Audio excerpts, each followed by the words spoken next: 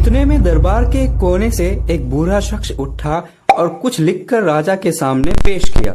राजा ने उसे पढ़ते ही अपने वजीर को हुक्म दिया, तुरंत इसे। आखिर ऐसा क्या लिखा था उस पेपर में? क्या हुआ होगा उस बूढ़ा आदमी के साथ? यह जानने के लिए कहानी को आखिर तक जरूर सुने। Subscribe for more content. बहुत समय पहले की बात है। भारत में एक राजा राज किया करता था। उसके जमाने में जनता बहुत सुख चैन से रहा करती थी। वो विद्वानों और बुद्धिमानों की बहुत आदर किया करते थे। एक दिन राजा का दरबार लगा था। सारे मंत्री अपनी जगह पर बैठे हुए थे। राजा कुछ परेशान नजर आ रहा था। राजा ने मंत्रियों से कहा कि आप लोग मुझे कोई ऐसा जुमला बता सकते हैं जिसे मैं सुख में पढ़ूं तो अपना फर्ज यानी कर्तव्य न भूल जाऊं, और अगर दुख में पढ़ूं तो दुख कम हो जावे। सभी मंत्री एक दूसरे का मुंह ताकने लगे।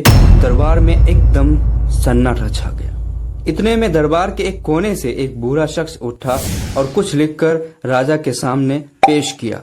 राजा ने उसे पढ़ते ही अपने वजीर को हुक्म दिया, तुरंत इसे 10 सोने की मोहरें दे दो और इसके लिए पेंशन का इंतजाम करो। सभी मंत्री हैरान थे कि आखिर कौन सा ऐसा जुमला है जिस पर राजा ने इतना बड़ा इनाम दिया है। आखिर में राजा के वजीर ने वो जुमला पढ़कर सुनाया। वो जुमला था, किसी वक्त यह दिन भी बदल जाएंगे।